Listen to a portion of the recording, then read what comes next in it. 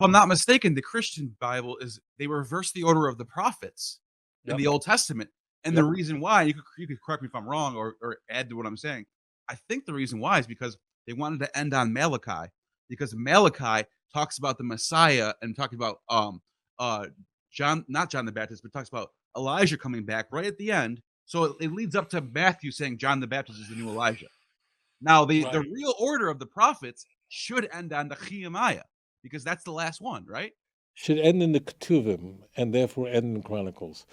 And what's really crazy, you want to hear crazy? Like we have to do Lamaze now for craziness.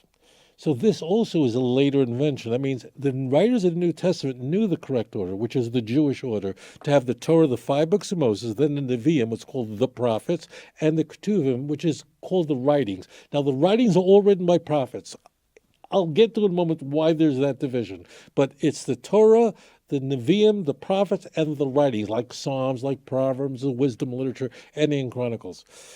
Now, the New Testament writers knew that order. How do you know they knew it? Because it says it. Where? Luke 24:44.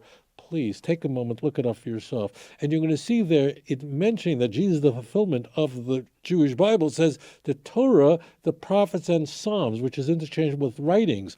And they actually reverse the prophets and writings. Now we have to get to the reason why. The reason why is very, very nefarious. This is really dark. All right, we'll do it.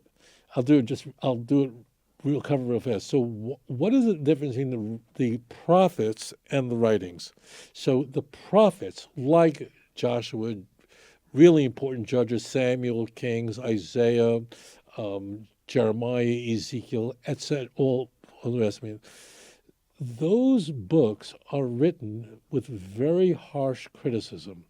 The parts that are called the Nevi'im, the prophets, basically engage in one overarching theme, and that is to criticize the Jews for every mistake they've made and what they have to correct. So that part of the prophets is dominated by enormous criticism of every mistake ever made. If you lived during biblical times and you wanted to make it into the Bible, you wanted to have that sin, and that's what will get you in. And then the Bible will highlight that, and it ignores almost anything else. Really great kings are hardly mentioned. Yotam, you haven't heard of him. The guy never sinned. Okay, now, if the Torah is the instructions, that's the 5 books of Moses, listen very carefully. The Nevi'im, that prophetic part, capital P, is telling you what you can do wrong. Now, that also contains messianic prophecy for a reason I'm not going to go into right now. Then what is the role of the writings? The role of the writings is this is how you get back.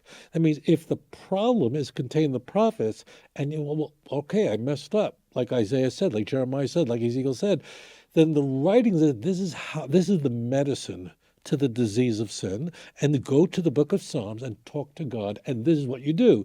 So Psalms is the antidote, is the healing, is the medication for Isaiah, Jeremiah, and Ezekiel, right? Chronicles is the healing. Proverbs, this is how you fix the problem of sin. The church,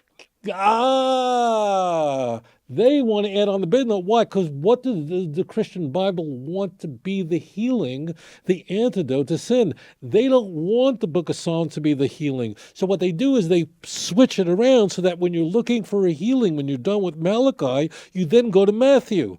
And there's your healing. It's the cross. And John the Baptist becomes a reincarnation somehow of Elijah, which where in the only Matthew, not in John. In John, he denies it. Right. So it's like, that's one of the things that Elijah's going to come back. Elijah never comes back. So how do they fix that? Oh, well, just say John the Baptist is Elijah. Fix that problem.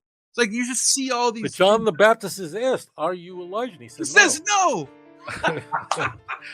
It's so crazy. If you're not familiar with the text, you may think that you're listening to someone who just doesn't like Christianity for whatever reason, and I'm like making this stuff up.